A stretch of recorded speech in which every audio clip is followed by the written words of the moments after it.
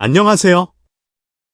이곳은 손흥민 선수에 대한 모든 정보를 분석하고 업데이트하는 손흥민 팬 축구 채널입니다.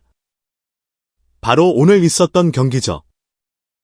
손흥민 선수의 토트넘 호스퍼와 FC 본머스 간의 2024에서 25 시즌 프리미어 리그 28라운드 경기가 있었습니다. 이번 경기에서 토트넘 호스퍼가 상대하는 FC 본머스는 이번 시즌 프리미어 리그에서 12승 7무 8패의 성적으로 리그 9위 자리에 위치한 중위권 팀으로서 현재 13위까지 떨어져 있는 토트넘보다는 무려 승점 10점이 앞설 정도로 좋은 성적을 내고 있는 팀이었습니다. 또한 토트넘 호스퍼는 이번 시즌 FC 본머스와 맞대결에서도 0대1로 패배를 당했었기 때문에 이번 경기는 아무리 토트넘 호스퍼의 홈구장 토트넘 호스퍼 스타디움에서 펼쳐지는 경기라고 해도 토트넘에게는 힘든 매치업이 될 수밖에 없는 경기였습니다. 하지만 그나마 토트넘 호스퍼에게 기대를 걸어볼 만한 부분이 있다면 FC 본머스는 최근 프리미어 리그 경기에서 3패를 당할 정도로 최근 성적이 좋지 못한 상황이었기 때문에 토트넘 호스퍼가 선제 득점만 터뜨린다면 충분히 승리를 거둘 수 있는 상대팀이었습니다. 그리고 토트넘 호스퍼의 캡틴 손흥민 선수의 경우 최근 폼이 좋지 않은 상황에서 너무나도 많은 경기를 뛰고 있기 때문에 이번 경기에서는 벤치에서 조커로 투입될 것이라는 전망이 있었습니다. 오늘 경기에서 토트넘 호스퍼의 엔젤 포스테코글루 감독은 구리모 비카리오 골키퍼, 페드로 포로, 크리스티안 로메로, 케빈 단소, 제디 스펜스, 로드리고 벤탄쿠르, 파페 마타르사르, 이브 비수마, 브레넌 존슨, 도미닉 솔랑케, 윌슨 오도베 선수를 선발로 내세웠습니다. 최근 토트넘 호스퍼는 유로파 리그 일정을 포함해 정말 많은 일정을 치르고 있기 때문에 본머스를 상대로 한 이번 경기에서는 약간의 로테이션이 가동되면서 주전 선수 일부가 벤치로 내려갔고 팀의 주장인 손흥민과 제임스 메디슨 선수가 동시에 벤치로 빠졌습니다. 이는 프리미어 리그보다 유로파 리그에 좀 더 초점을 맞추고 있다는 것을 의미하는 선발 라인업이라고 할 수 있었습니다.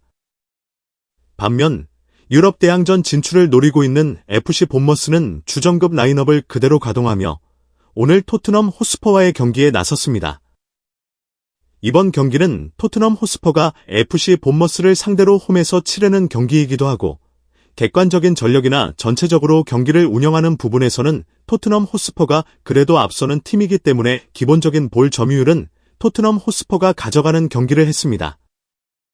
전반전 볼 점유율 수치가 64대 36이라는 큰 차이로 벌어질 만큼 이번 경기는 토트넘 호스퍼가 전체적인 주도권을 잡고 가는 경기라고 할 수 있었습니다. 하지만 기록만 봐도 알 수 있듯이 토트넘 호스퍼가 볼 점유율 면에서는 우세를 잡았음에도 불구하고 실질적인 찬스 면에서는 FC 본머스가 더 많은 기회를 잡을 정도로 토트넘 호스퍼는 쉽지 않은 경기를 펼쳤습니다. 토트넘 호스퍼는 경기 극 초반부터 전방에서 타이트한 압박을 해오는 FC 본머스의 플레이에 제대로 대응하지 못했고 수비진에서 수많은 패스 미스와 실수들이 발생하면서 내주지 않아도 될 찬스를 내주는 불안정한 경기력을 보였습니다. 토트넘 호스퍼는 전반전 시작 단 10초 만에 크리스티안 로메로 선수가 아무도 없는 곳으로 패스 미스를 저지르면서 단독 찬스를 내줬고 이반 테버니어 선수의 슈팅을 비카리오 골키퍼가 간신히 막아내면서 실점 위기를 넘겼습니다.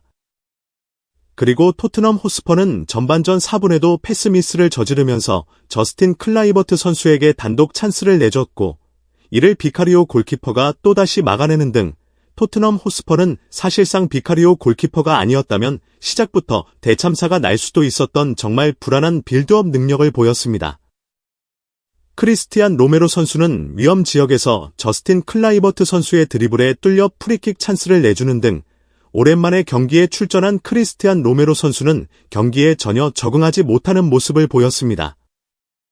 그리고 크리스티안 로메로 선수는 전반전 12분에도 패스 미스를 저지르면서 내주지 않아도 될 찬스를 내줬는데 토트넘 호스퍼는 빌드업 과정에서 너무 많은 문제를 보이며 경기를 풀어나가기 어려운 상황이었습니다.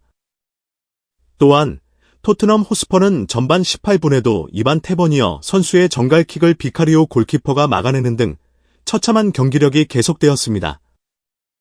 결국 계속해서 FC 본머스에게 공격을 당하던 토트넘은 전반 41분 밀로스 케르케즈 선수의 환상적인 크로스를 이어받은 마르코 스테파니 선수의 환상적인 다이렉트 슈팅으로 선제 실점을 허용하고 말았습니다.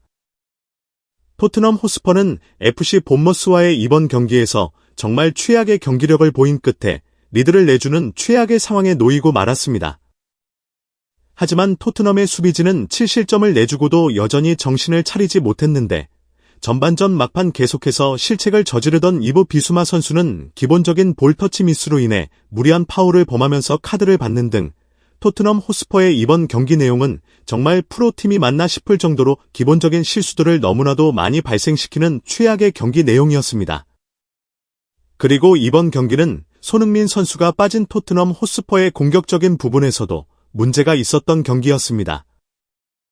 전반전 20분, 토트넘 호스퍼는 간만에 역습 찬스를 잡았지만 로드리고 벤탄쿠르 선수와 페드로 포로 선수가 사인이 맞지 않아 패스미스로 찬스를 무산시켰고 22분에는 페드로 포로 선수의 크로스를 도미닉 솔랑케 선수가 받아 슈팅을 시도했지만 너무나도 임팩트가 없었습니다. 37분에는 윌슨 오토베 선수가 아무도 없는 곳으로 크로스를 날리는 등 이번 경기에서 토트넘 호스퍼는 수비, 미드필드, 공격까지 사실상 모든 면에서 최악의 폼을 보이면서 0대2 스코어로 전반전을 마무리하게 되었습니다. 이번 경기에서 토트넘 호스퍼는 손흥민 선수의 부재가 너무나도 컸던 전반전을 보냈다고 할 수 있습니다. 돌파의 장점을 가진 윌슨 오토베, 브레넌 존슨 선수는 상대 수비와의 경합에서 전혀 우위를 점하지 못하며 개인 능력 면에서 상당한 한계를 보였습니다. 확실히 윌슨 오토베, 브레넌 존슨 같은 선수들은 볼을 소유하면서 플레이를 만드는 데 미숙했기 때문에 볼을 잡고 연계 플레이를 하거나 흔드는 플레이에서 손흥민 선수와는 클래스 차이가 존재했습니다. 이 때문에 체력적인 안배를 고려했던 손흥민 선수는 전반전 초중반부터 몸을 풀며 후반전 투입을 준비할 수밖에 없었습니다. 경기를 풀어갈 선수가 부족했던 토트넘으로서는 손흥민이나 제임스 매디슨 같은 선수가 너무나도 절실해 보였습니다. 실제로 경기를 지켜보던 손흥민 선수는 거의 멘탈이 나간 듯한 표정을 보였고 손흥민 선수의 표정만 봐도 토트넘 호스퍼의 경기 내용을 짐작할 수 있었습니다. 결국 토트넘 호스퍼의 엔제 포스테코글루 감독은 후반전 시작과 동시에 손흥민 선수와 루카스 베리바 선수를 투입시켰습니다. 손흥민 선수는 경기장에 들어오자마자 확실히 다른 모습을 보여주며 인상적인 활약을 펼치면서 경기 분위기를 바꿔놓았습니다. 손흥민 선수는 공을 잡을 때마다 상대 수비를 직접 상대하며 휘젓는 플레이를 했는데 확실히 윌슨 오토베, 브레넌 존슨 선수는 상대 수비와의 경합에서 전혀 우위를 보이지 못했기 때문에 손흥민 선수의 플레이는 효과적이었습니다. 53분, 손흥민 선수는 특유의 안쪽으로 치고 들어가는 드리블 후 빠른 타이밍에 가마차기 슈팅을 시도했지만 아쉽게도 골대를 살짝 빗나가고 말았습니다. 하지만 손흥민 선수의 이번 슈팅 장면은 사실상 토트넘 호스퍼가 만들어낸 유일한 찬스였습니다. BBC에서는 손흥민이 스퍼스의 동점골을 거의 만들어냈지만 그의 슈팅은 본머스 선수를 맞고 골대 바로 옆으로 빗나갔다. 토트넘은 후반전을 훨씬 더 강렬하게 시작했다. 아마도 포스테코글루 감독이 하프타임에 로켓을 터뜨렸을 것이다 라며 토트넘 호스퍼의 후반전 달라진 경기력에 대해 언급했습니다. 손흥민 선수는 63분, 매디슨 선수에게 기가 막힌 패스를 보내 파페 마타르 사르 선수의 슈팅 찬스를 만들어냈지만 사르 선수의 슈팅이 빗나가고 말았습니다.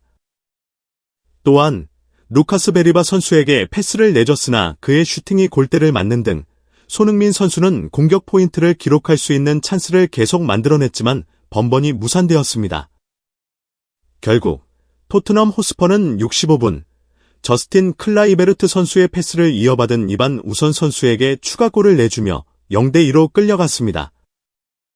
하지만 67분, 파페 마타르 사르 선수의 슈팅이 골대를 맞고 들어가면서 1대2의 스코어를 만들었습니다.